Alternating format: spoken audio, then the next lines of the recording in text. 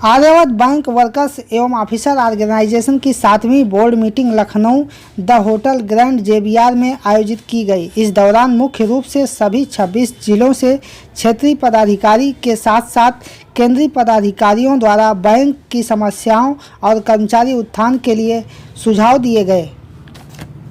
तो virtual meeting में जो मुख्य प्रस्ताव पास हुए थे लास्ट टाइम, उनमें से एक मुख्य प्रस्ताव ये डिसीज्ड वेलफेयर फंड का था, जो 25,000 रुपये 2 सदस्यों को दिया गया।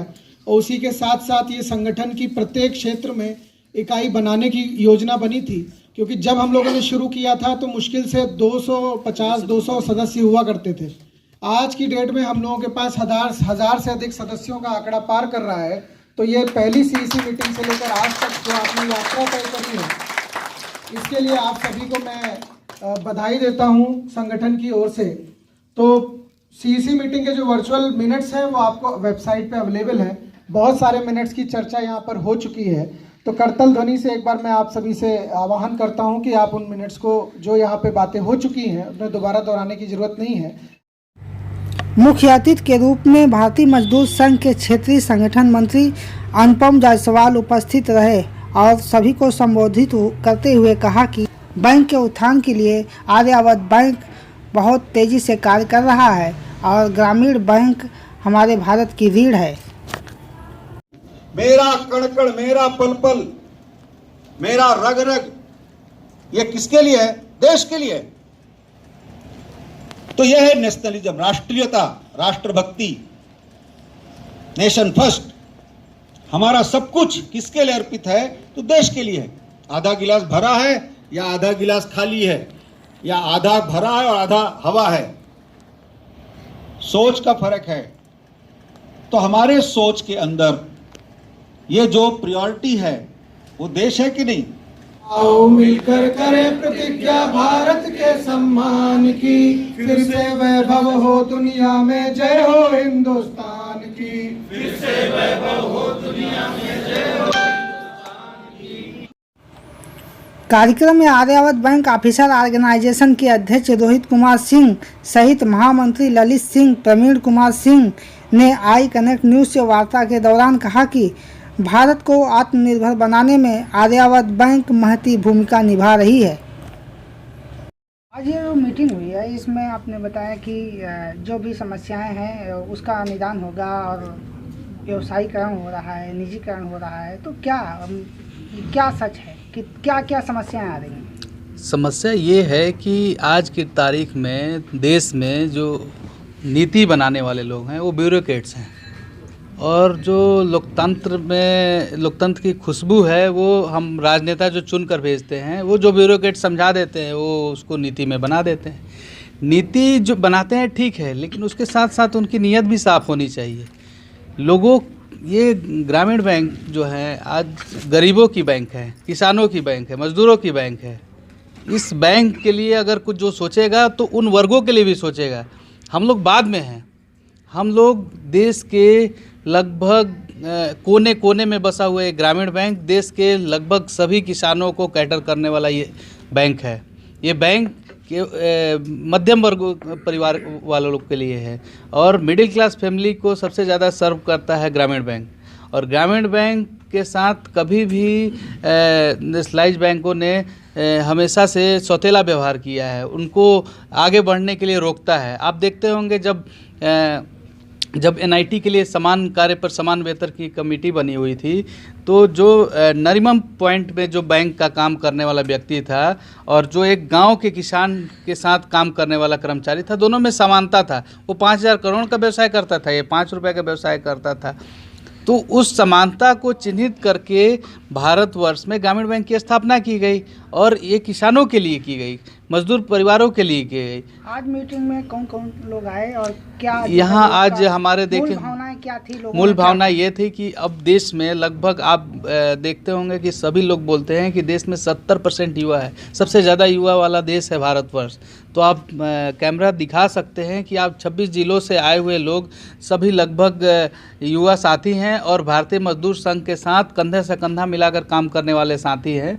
और हमको उम्मीद है कि ये युवा वर्ग आने वाले दिनों में, एक युवा का जो विपरीत वर्ड होता है वायु, और ये वायु हमेशा भारतीय मजदूर संघ का ध्वज लेकर पूरे प्रदेश में फहराएगा और आने वाले समय में भारतीय मजदूर संघ देश प्रदेश में बैंक की विधि व्यवस्था इस लाल झंडे वालों को हटाकर और ये भगवा झंडा फहराकर और अपनी जो भारत की राष्ट्रीयता है उसको साबित करेगी और बैंक को बचाने में सबसे अहम योगदान देने में का काम करेगी भारतीय मजदूर संघ। कौन कौन से गेस्ट आए थे आज आज हमारे भारतीय मजदूर संघ के क्षेत्रीय संगठन मंत्री श्री अनुपम जी माननीय और प्रदेश महामंत्री श्री अनिल उपाध्याय जी, जो कि बहुत ही ऊर्जावान हैं और हमेशा से बैंक कर्मियों के साथ मिलकर काम करते भी हैं और उनका हमेशा मार्गदर्शन मिलता रहे, ऐसा हमें उम्मीद है। परिचय देते हुए बताइए कि आज ये जो मीटिंग हुई है आपके संगठन का, इसमें कौन कौन से संगठन शामिल हैं और बैंकर्स भी यहाँ पर मौजूद हैं, क्या है पूरा मीटिंग और क्या उद्देश्य है इसका? देखिए, सबसे पहले तो मैं हमारे पत्रकार साथियों का बहुत बहुत आभार देता हूँ कि आप लोग बहुत ही कम समय के बुलावे पे यहाँ उपस्थित हुए। अब मेरा नाम ललित सिंह है, मैं आर्यावर्त बैंक ऑफिसर्स ऑर्गेनाइजेशन का जनरल सेक्रेटरी हूँ और आज के दिन हमारे आर्यावर्त बैंक वर्कर्स और ऑफिसर्स ऑर्गेनाइजेशन की जॉइंट सेंट्रल एग्जीक्यूटिव कमेटी, जिसको बोर्ड मीटिंग भी कहते हैं, कार्यकारिणी बैठक है। यहाँ पर हमारे Aryavart bank workers officers organisation से संबंध रखने वाली क्षेत्रीय इकाइयों के 26 जिलों से प्रतिनिधि यहाँ पर मौजूद हैं और आज हम लोग इस बैठक का आयोजन ये इसलिए कर रहे हैं कि संगठन और बैंक के अंदर की जो आंतरिक समस्याएँ चल रही हैं और बैंक के अंदर जो भी समस्याएँ हैं उनके समाधान के लिए, और संगठन की बैठक इसलिए कि संगठन का आगे कैसे विस्तार हो, जो राज्य में राष्ट्र में जो समस्याएं चल रही हैं उन पर चिंतन किया जाएगा और बैंक कर्मियों के लिए जो उनके अधिकारों की बातें हैं, यानी जो बाइपर्टाइट सेटलमेंट है, सरकार प्राइवेटाइजेशन के ऊपर बहुत ज़्यादा फोकस है, हमारा विरोध है सरकार की इस प्राइवेटाइजेशन की नीति पर और भारतीय मजदूर संघ से संबद्ध हमारा संगठन है। भारतीय मजदूर संघ के आह्वान पर सरकार की इस मनगढ़ंत नीति और जो इन्होंने हट धर्मिता अपना रखी है सरकारी कंपनियों के प्राइवेटाइजेशन को लेकर, इसके बारे में हमारे भारतीय मजदूर संघ ने 27 नवंबर 2022 में दिल्ली 17 नवंबर 2022 को दिल्ली में एक विशाल रैली का आयोजन किया है, जिसमें पूरे भारतवर्ष से पब्लिक सेक्टर यूनियन के 1 लाख भारतीय मजदूर संघ कार्यकर्ता दिल्ली की सड़कों पर उतरेंगे और सरकार को चेताएंगे कि सरकार की ये जो हर धर्मिता की प्राइवेटाइजेशन की नीति है, इसके विरुद्ध भारतीय मजदूर संघ लगातार बिगुल छेड़ चुका है। लेकिन हमें लगता है कि अब सरकार केवल बातचीत से मानने वाली नहीं है, इसलिए हड़ताली संगठनों से परे होते हुए भारतीय मजदूर संघ ने सड़क पर उतरकर संघर्ष करने का निर्णय लिया है।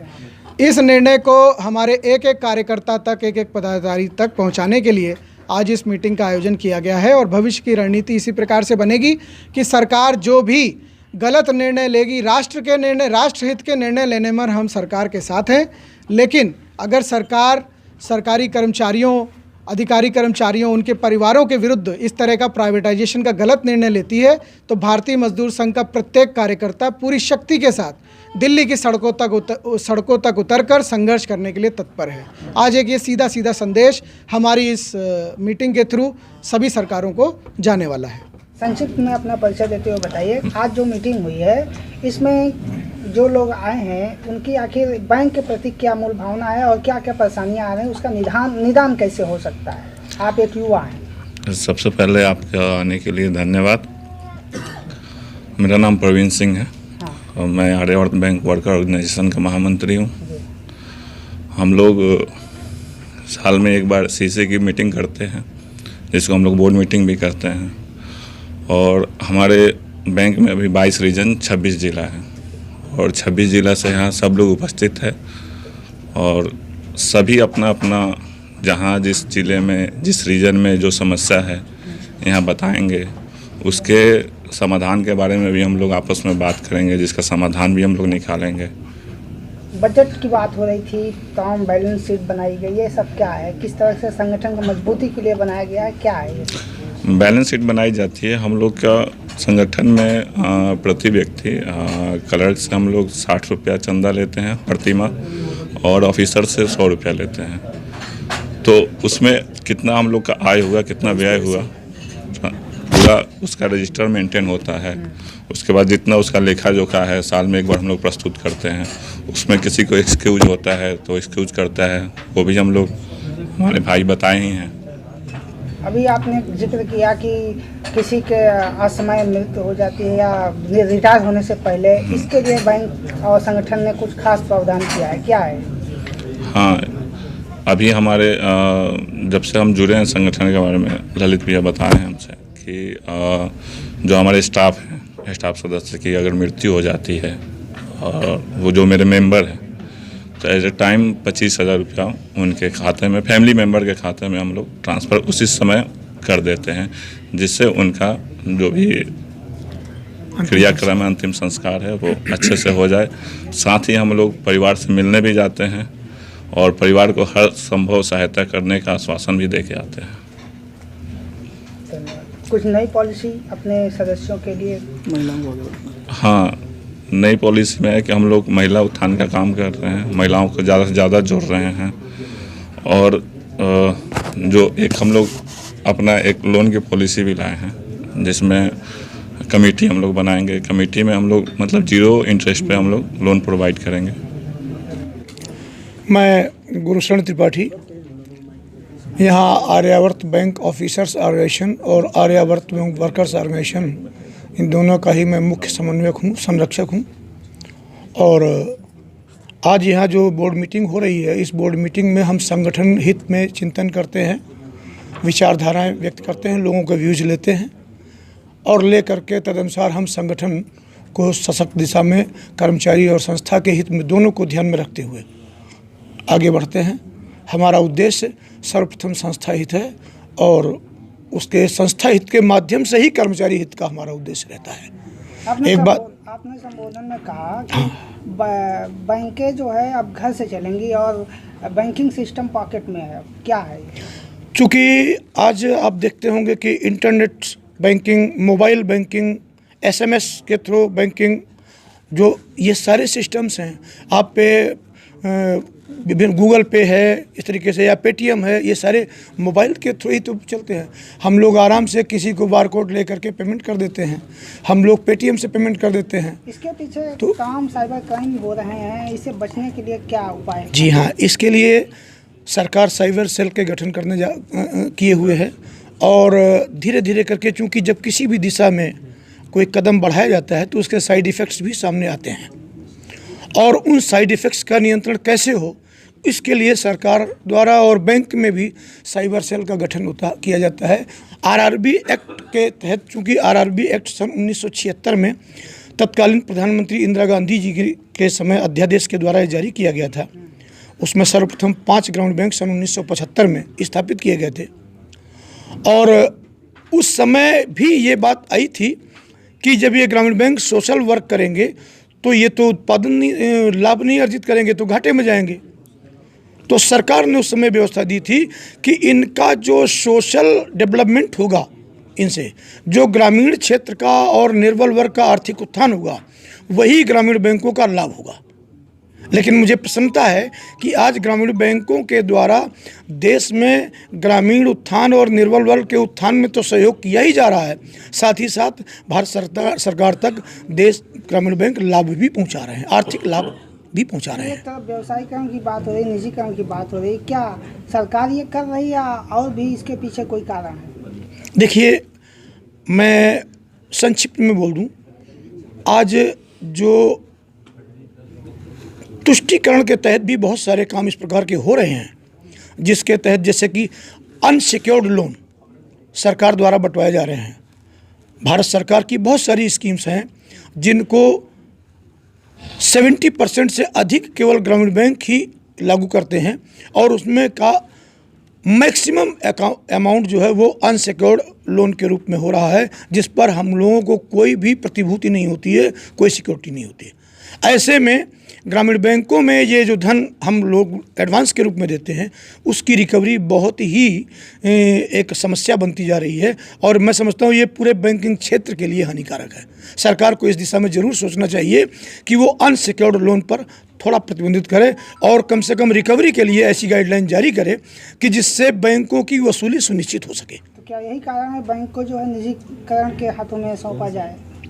नहीं, इसके ये तो सरकार की मंशा हो सकती है, ये हमारी ओर से कोई ऐसा कारण नहीं समझ आ रहा है। हमारी ओर से हम लोग पूरी निष्ठा और लगन के साथ देश हित में काम कर रहे हैं परिचय देते हुए बताइएगा। आप एक महिला पदाधिकारी हैं, आप इस संगठन में, तो सबसे पहले महिलाओं के लिए बैंकिंग सिस्टम को जोड़ते हुए अपना संदेश दीजिए। ठीक है, मेरा नाम सविता सिंह है। मैं यहाँ पे सेंट्रल प्रेसिडेंट हूँ, वुमेन प्रेसिडेंट हूँ। और क्योंकि अब आजकल बैंकों में बहुत सारी महिलाएं जुड़ रही हैं, तो यहाँ पे हमारी जो संगठन है उन्होंने स्पेशल वुमेन सेल का बना रही है, जिसमें कि ज़्यादा से ज़्यादा महिलाएं जुड़ें। और बैंकों में महिलाओं को अगर कोई समस्या है तो वो हमारे सेल के थ्रू हम उनको क्षेत्रीय कार्यालय में, अपने प्रधान कार्यालय में उनका निस्तारण कर सकें। और इनको अगर कोई भी रूरल पोस्टिंग है या बहुत इंटीरियर है या इनके फैमिली में कोई प्रॉब्लम है तो उसको हम शॉर्ट आउट कर सकें और उनको हम आगे बढ़ने का अवसर प्रदान करें। इस सिस्टम में महिलाओं को कैसे जोड़ने में सफल होंगी? हमारी यूनिट जो हैं, हम लोग ब्रांचेस विज़िट करते हैं, मीटिंग्स करते हैं, उनको बुलाते हैं, गेट टुगेदर करते हैं और उनको अपने यहाँ पे संगठन के बारे में समझाते हैं। उस तरीके से हम उनको मोटिवेट करते हैं और जोड़ते हैं। और हम एक चैनल बनाते हैं कि वो आगे अपने और साथी को जोड़ें। क्या उद्देश्य है इस तरह से जोड़ने से महिलाओं को? चूँकि महिलाएं आगे बढ़ेंगी, महिलाओं में मोटिवेशन, लीडरशिप की भावनाएं आएंगी। और वो जब लीडरशिप की भावनाएं आएंगी तो वो आगे बढ़ेंगी। जैसा कि अब आप देख ही रहे हैं कि हमारे यहाँ जो हमारे राष्ट्रपति थी प्रतिभा पाटिल जी, हमारे यहाँ जो हमारी प्राइम मिनिस्टर थी इंदिरा गांधी जी, आप देख ही रहे हैं कि अब महिलाएं आगे बढ़ रही हैं। तो हम भी चाहेंगे कि हमारे संगठन में जो भी महिलाएं, अभी हमारे क्षेत्र का, अभी हमारे प्रधान कार्यालय में पहली हमारे रीजनल मैनेजर हमारे कन्नौज में आई हैं, तो हम चाहेंगे जब महिलाएं आगे बढ़ेंगी तो आगे प्रमोट होंगी। मेरा नाम रोहित सिंह है, मैं आढ़त बैंक वर्कर ऑर्गेनाइजेशन का प्रेसिडेंट हूँ। और हमारा यूनियन सबसे बेहतर यूनियन है, क्योंकि सबसे कोई भी एजेंडा होता है हमारे मैनेजमेंट में, सबसे पहले हम लोग वार्तालाप करते हैं और आगे बढ़ते रहते हैं। कोई भी हमारे वर्कर्स को कोई समस्या होती है तो हम लोग तुरंत एक्शन लेते हैं।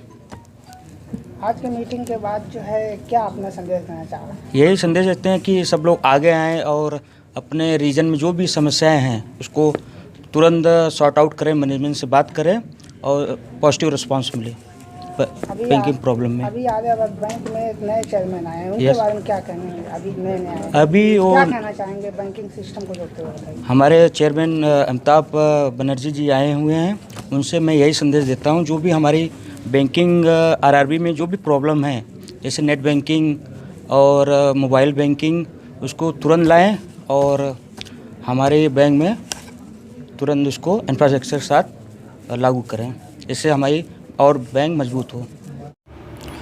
कार्यक्रम में उपस्थित सभी जिलों से आए बैंकर्स व भारतीय मजदूर संघ के पदाधिकारी गण मौजूद रहे। I connect news bureau Lucknow.